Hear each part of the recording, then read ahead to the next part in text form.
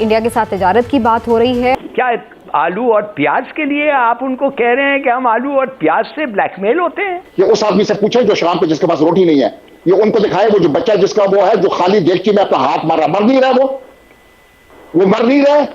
आप हमारे ज़मीर मर गया है कि जब हम उसको देखते हैं वो खाली देगची में वो 3 साल की बच्ची या 2.5 साल की बच्ची हाथ मार रही है और अपने मुंह में डाल रही है। मुल्क में सैलाब के 22 हादसात और अमवात का सिलसिला थम ना सका। उनको अपने पेट की पड़ी हुई शाम को रोटी नहीं है, लोगों के भैंसों के पास चारा नहीं है, और हम बात कर रहे हैं कि जी ये कर देंगे और मोदी को वो कर देंगे। ये मुल्क भी अब लाशों की तरफ जाएगा।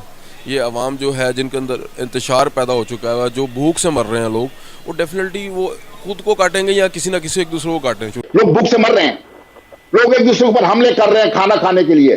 क्यों नहीं मर रहे लोग? कौन कहता है लोग नहीं मर रहे हैं? इस पे तो काउंटर क्वेश्चन ये होता है ना कि आपने इतनी देर से वो बंद भी अगर किए रखा तो उन्हें क्या फर्क पड़ा है? जो खतरा है उस खतरे का भी सामना कर रहे हैं हम आज, और वो है इस वक्त फैलती हुई बीमारियां। हिंदुस्तान को भी कोई फर्क नहीं पड़ता है। मतलब अगर हम उनसे कोई टमाटर मंगा लें या प्याज मंगा लें या कोई सब्जियां मंगा लें। राजस्थान में, इंडिया में कितने डैम्स बने? ये गलत की बातें जो है ना, ये बाद में करे, पहले लोगों का पेट भरे। उसको क्या कश्मीर की पड़ी हुई है? आप उससे पूछते उस बच्ची से कि कश्मीर क्या है और गलत की बात क्या हो रही है। हेलो फ्रेंड्स, जय हिंद। हिंदुस्तान स्पेशल में आपका स्वागत है। दोस्तों, पाकिस्तान में इस वक्त खाना जंगी के हालात बने हुए हैं। पाकिस्तान में बाढ़ की वजह से हालात बेहद खराब हो गए हैं और महंगाई ने आम इंसान का जीना मुश्किल कर दिया है। हालांकि बृहस्पतिवार को विदेश मंत्रालय के प्रवक्ता अरिंदम बागची ने कहा है कि प्राइम मिनिस्टर मोदी ने पाकिस्तान में बाढ़ से तबाही पर दुख जताया है। भारत के पास फिलहाल इसके अलावा कुछ कहने के लिए नहीं है। पाकिस्तान के वित्त मंत्री मिफ्ता इस्माइल ने बताया है कि पाकिस्तान में कई एजेंसियों ने भारत से जल्द व्यापार शुरू करने की सलाह दी है। सभी पाकिस्तानी भारत से जल्द व्यापार शुरू करने के हक में हैं, क्योंकि भूख ये नहीं देखती ये पाकिस्तान की रोटी है या भारत की। पाकिस्तान में बाढ़ ने आम जनता को जब भूख सताएगी तब पाकिस्तानी सरकार को उसे खाना देना ही होगा, फिर वो चाहे भारत से लाए या कहीं और से।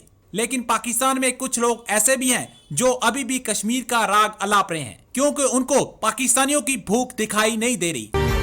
दो अहम खबरें हैं नाजरीन, एक तो ये कि पाकिस्तान की इंडिया के साथ तिजारत की बात हो रही है, और दूसरी एक अहम खबर ये भी है कि टीटीपी ने पाकिस्तान के साथ सीज़ फायर ख़त्म करने का ऐलान किया है, जिससे ये ख़दशा उभर रहा है कि खुदा न खास्ता मुल्क में क्या फिर से दहशतगर्दी की कोई नई लहर उठ सकती है।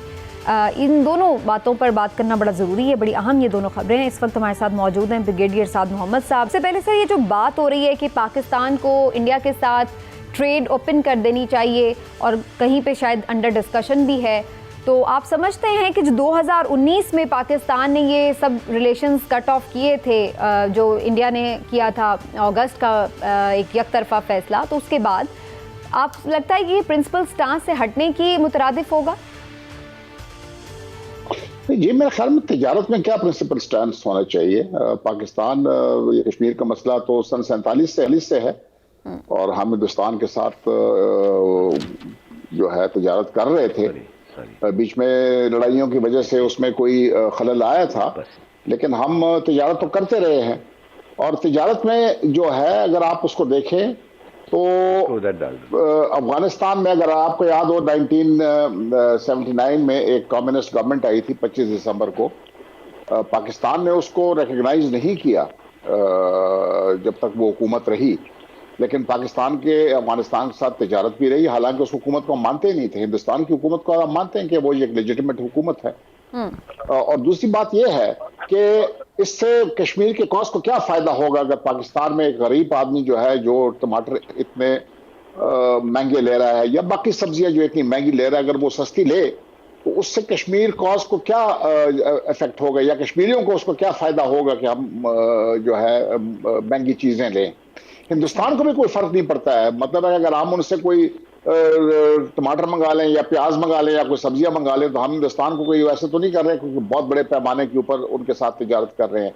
हिंदुस्तान और चीन को देख लें, उनका आपस में बहुत कभी कशीदा रही है ताल्लुकात, लेकिन उनकी ट्रेड दिन ब दिन बढ़ती जा रही है। हिलाली साहब, आपका क्या मानना है? क्योंकि इस पर जब ये सारे रिलेशंस ख़त्म किए गए थे तो बड़ा ज़्यादा एक एग्रेसिव मैसेज गया था कि जब तक आप अपना ये इकदाम वापस नहीं लेते 5 अगस्त वाला, तब तक हम आपके साथ नहीं ये मामलात बहाल कर सकते।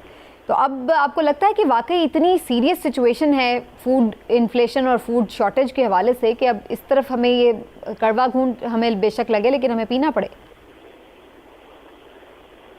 बिल्कुल नहीं, बिल्कुल ऐसी कोई सिचुएशन नहीं है, कोई नहीं मर रहा है।